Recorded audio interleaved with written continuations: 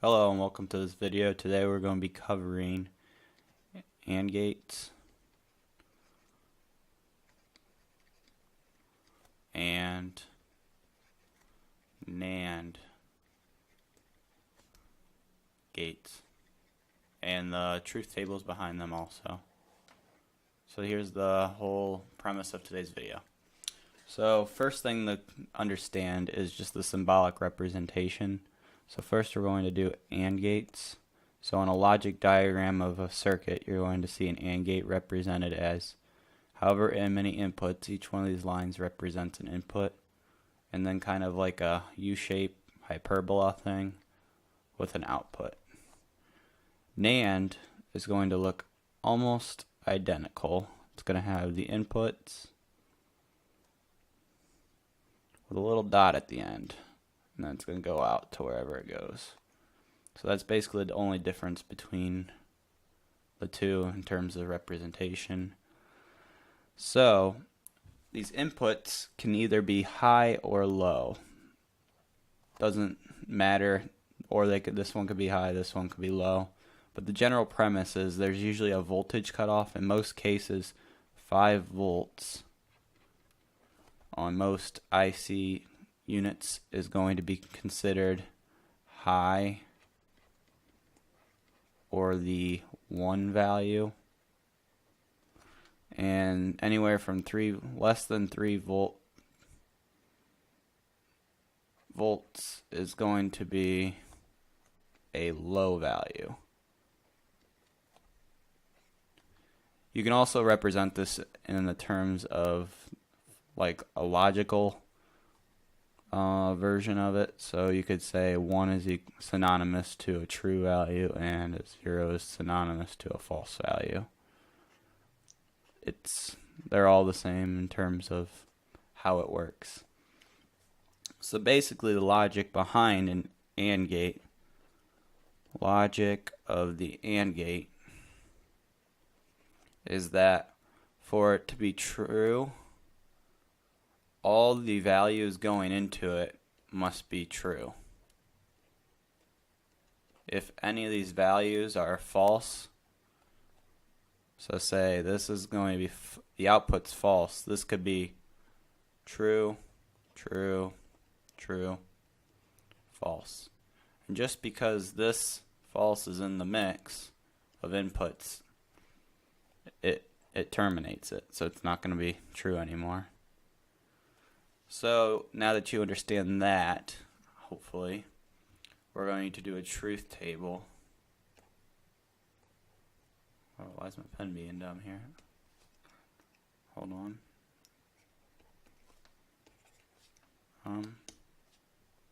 Okay, hold on, we gotta scroll up a little.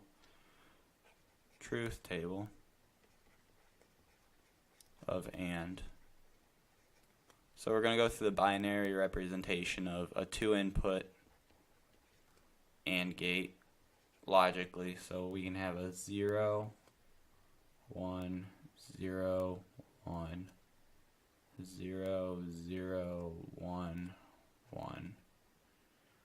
So basically, here's binary 0, here's binary, or decimal, here's the decimal value. So here's 0, 1, 2, 3. So it's all the possible combinations you can have with 2 inputs. Input. And then we're going to draw a line here to separate it. And here's where our AND output's going to go. So the first one we're going to look at is 0, 0. In this case, they're both false, false. So it's going to be a 0 or a false value. In this case, this is already a 0, 1, so that's going to be a 0 again. That's going to be false. A 1, so we're good here, but as you can see there's a 0 here, so we have to make this one also a low 0 / false. And then the last one's a 1, which we're good, and a 1, so we're good. That's going to be a 1, true. So there's our truth table for AND.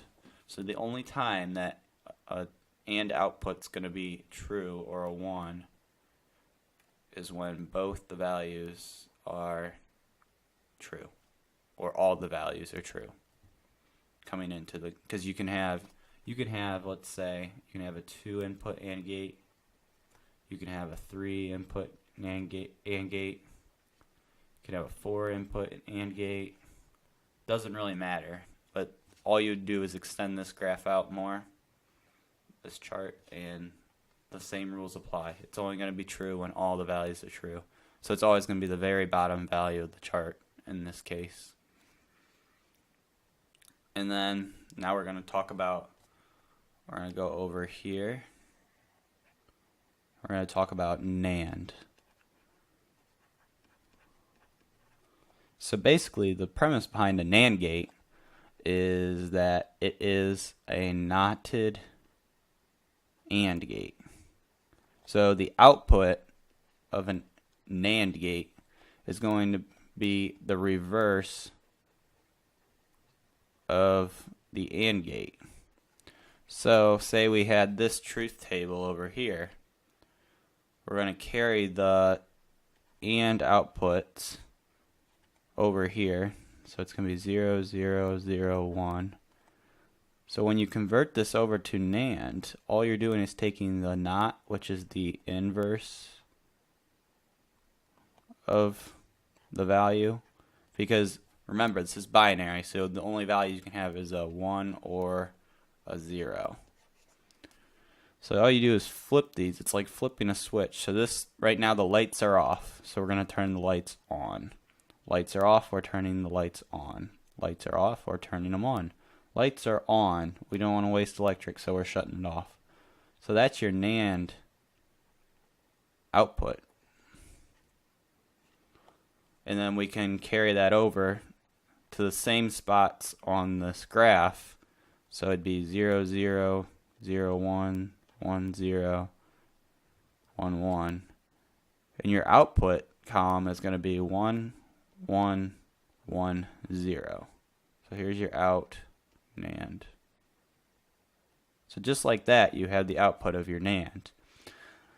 Now if you want to represent it in terms of wording, you're knotting the AND. So instead of, in the case of AND, it being true only if both or all the inputs are true / high, now the only time it is true is when it isn't both high.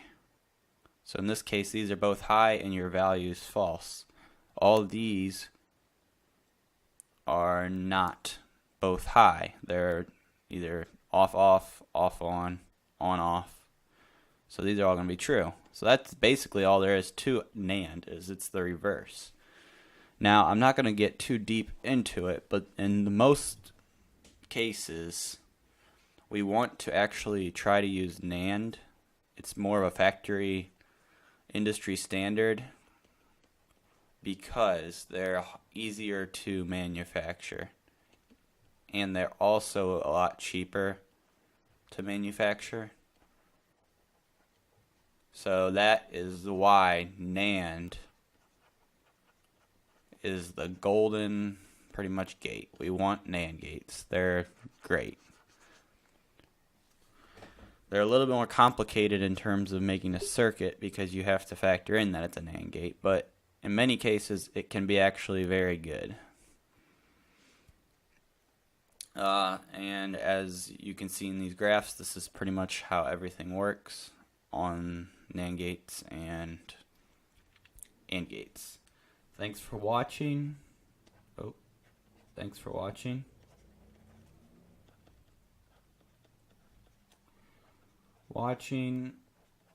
Like if you liked this video, and subscribe for more videos. The next video is going to cover ORs and NOR.